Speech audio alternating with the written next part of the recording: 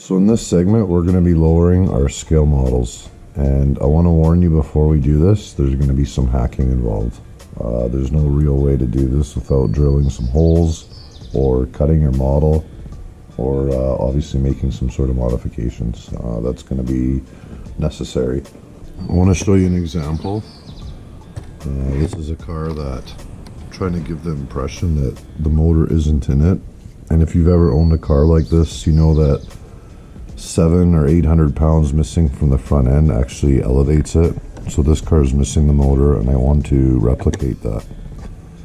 But the point is the wheels for this kit are supposed to be these small, narrow stock wheels, which I get it. That's what came with the model.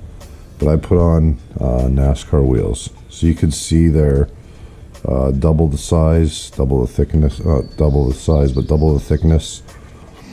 And these models aren't always designed to make modifications that we want. So these wheels, as you could see on the inside, in order to keep the outer appearance, I had to shave the inside of the rim, the hub, and obviously some of that wheel. The fender I want to shave because I want to thin down to give a rust appearance, but I'm trying to show you that the wheel, I can't really show it, but I'm pretty sure the top half of the wheel too is cut off. And it depends on what kind of impression you're trying to give with your model. If you're trying to lower your car, you got to remember it's not going to be operational. So usually when people lower their car, it's for one of two things. It's either because it looks better or they want the car to handle more. Yeah, it does both. But in the modeling world, we don't really care about handling better. So we just want the car to look better. And that being said, once the car looks good, we just leave it on the shelf. Nobody ever comes up to it and tests the suspension or... So with this particular model, the reason why I'm doing a NASCAR lowering is because I have to do it two different ways on this model. And when I first started lowering models, what I do, well, let me start with a real car. With my very first car I ever lowered, it was cutting the springs. Straight up.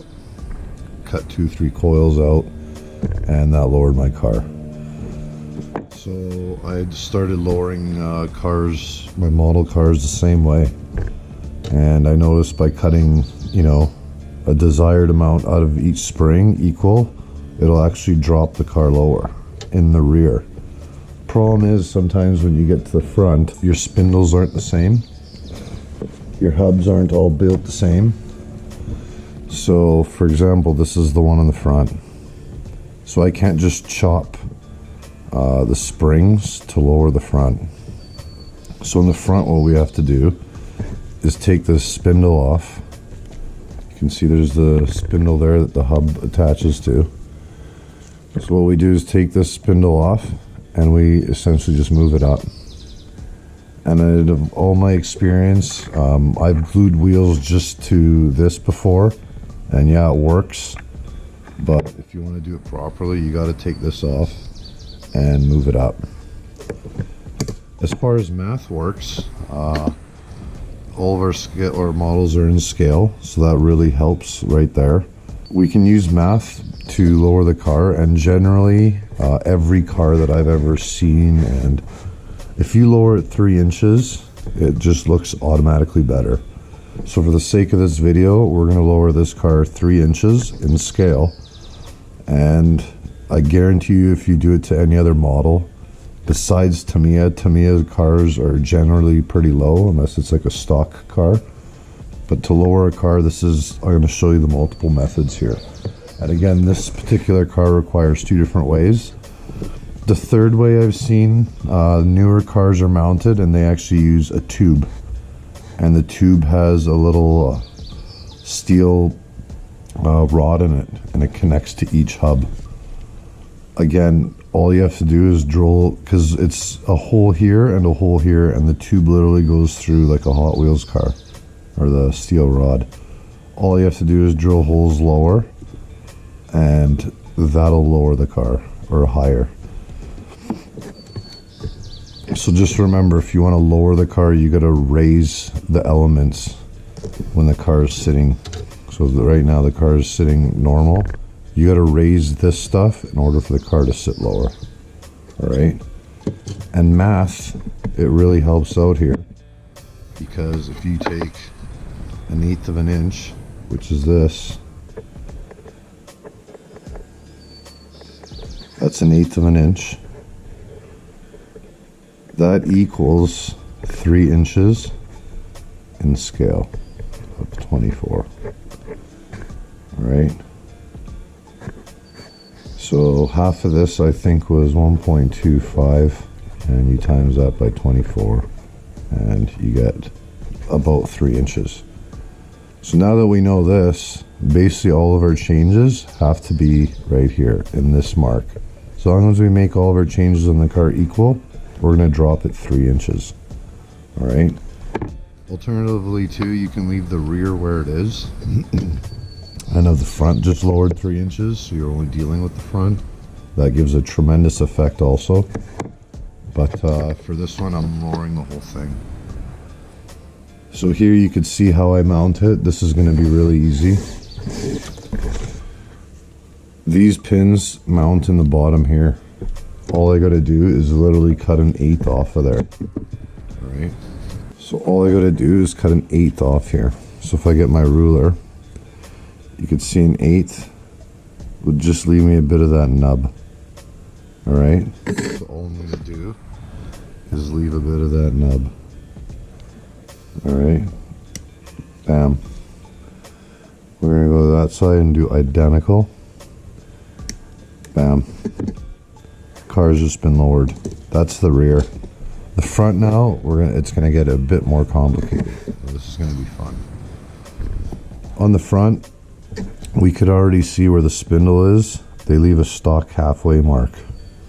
Well, it's not stock, that's just exactly where the halfway mark is, and that's crucial for when we take these spindles off and remove them.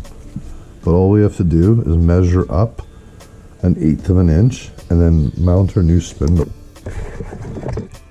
So if we measure 1/8 up, we could see we're going to be about right here. All right.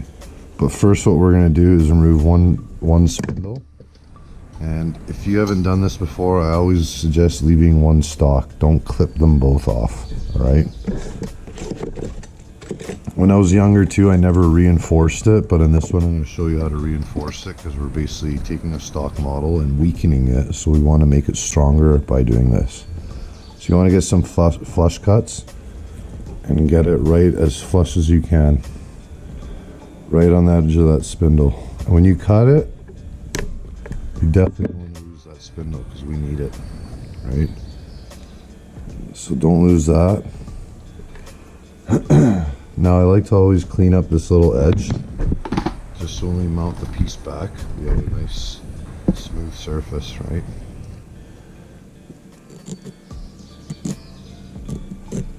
Alright. This part is going to be exposed because we're moving the spindle up, so you'll be able to see that. But let's deal with the mechanical, or the, yeah, I guess it would be the mechanical aspect before we deal with the aesthetics. So we want to expose a nice smooth spot here in the middle. Alright, and that's the middle of the spindle. And next we're going to take our drill and go right into it.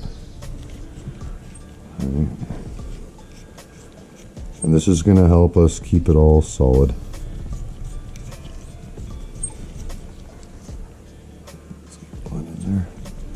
These particular bits that I'm using are cheaper. I highly suggest getting a good quality name brand bit like XL. These were, I can't remember the name, I think Army Painter. They're not that great. So, anyway, that's about the center of the spindle. Right. We just want this to go in far enough to keep our skeleton. And for our skeleton, I'm just going to use some copper wire. So you see that? And if we go here, let's properly measure 1/8 up. using our center point there. So I'm going to flip over my ruler and just go this way.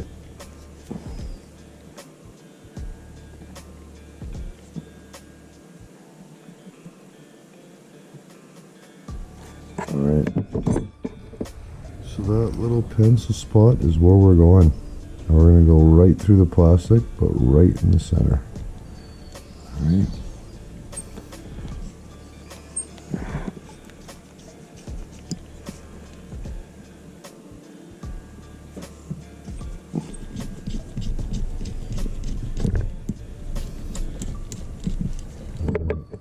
So our hole is through now. So you see where our old spindle was, and now our new hole.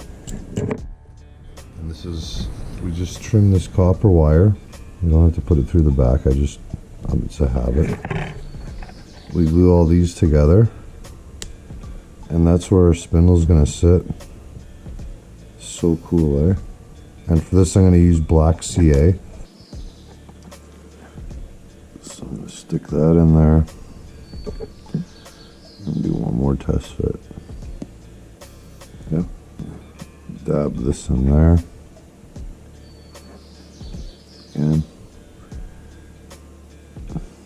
Now I'm going to push the spindle down. I'm going to make sure it's straight. I'm going to push the pin in from the back. If you have accelerator, you could use it here, but I'm not in a hurry. Alright. Just want to make sure it's straight. I know these older Revell monogram kits, they actually don't really sit too flush anyway. In with the hub is what I mean. Like once you put the hub in, they actually don't sit that great. So just keep that in mind. So I'm going to load up the black CA and pour it in here.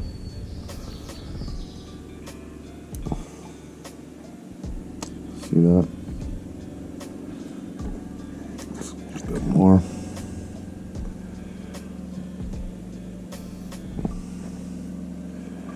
In the back.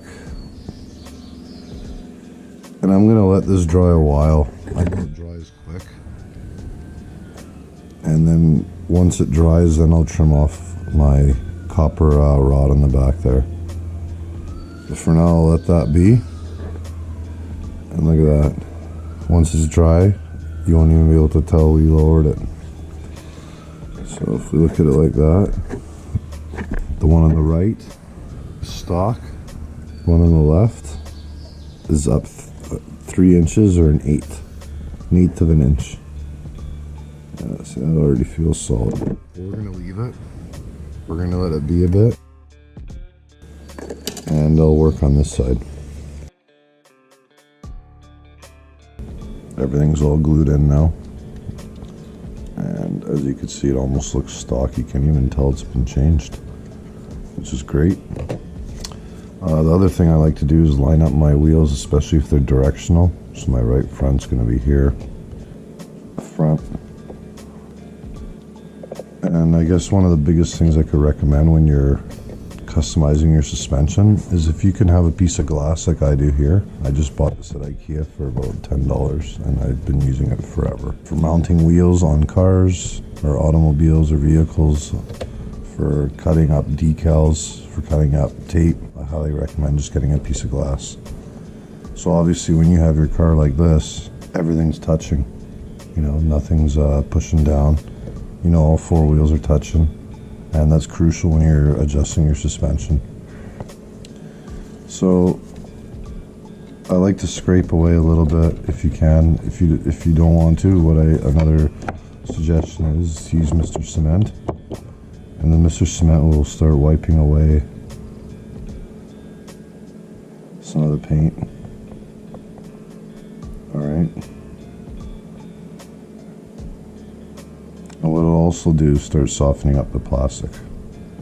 And the other thing is when you're installing your tire, if you have a preference of how it's going to line up, mine's just going to be like that. So for different reasons, you might want to expose different decals. And that's why I suggest just lining everything up first. And once you confirm that everything is level, then you can start gluing everything together. And obviously you got to do one tire at a time.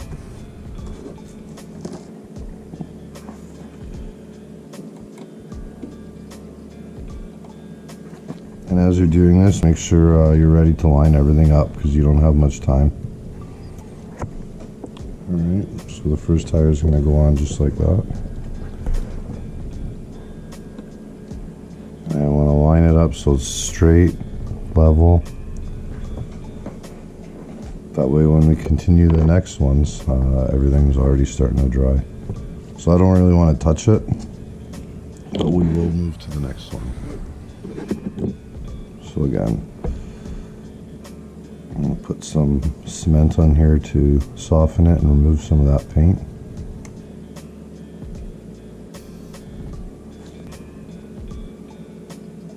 And I like to apply it in both places, that way we know we're getting a really good connection here.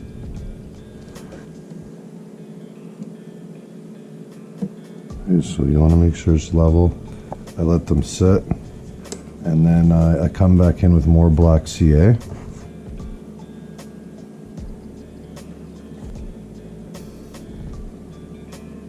And obviously just try to get where you need the glue. That's why I use one of these smaller, just a copper wire for an applicator. It really helps.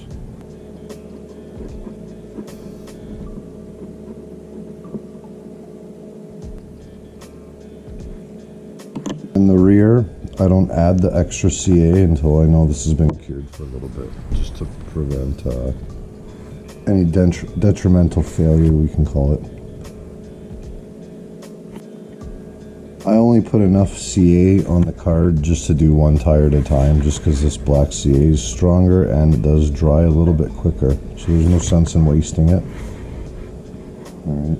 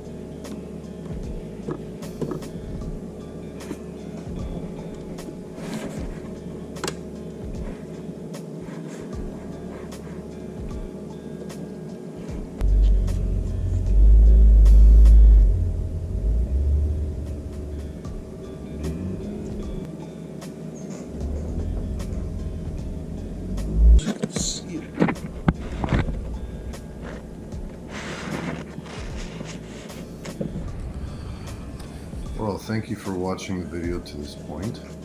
If you like or enjoyed what you saw or even learned something, please hit the like button. I strive for semi-informative and decent content, so if you want to be informed about future videos or content of your interest, subscribe to my channel and hit the notification button too. If you have any suggestions or thoughts, don't hesitate to leave a comment down below. I do also have an Instagram account which allows you to see projects and final reveals well before the YouTube video is released, so follow me there too. It's under the same name, Scirocco. I do have a Patreon account, so if you'd like to donate and help me grow in the hobby world with crazier future projects, railroad expansion, and exclusive content only for members of Patreon, I'll provide a link in the description below. As always folks, thanks a lot for watching, and I'll see you next time.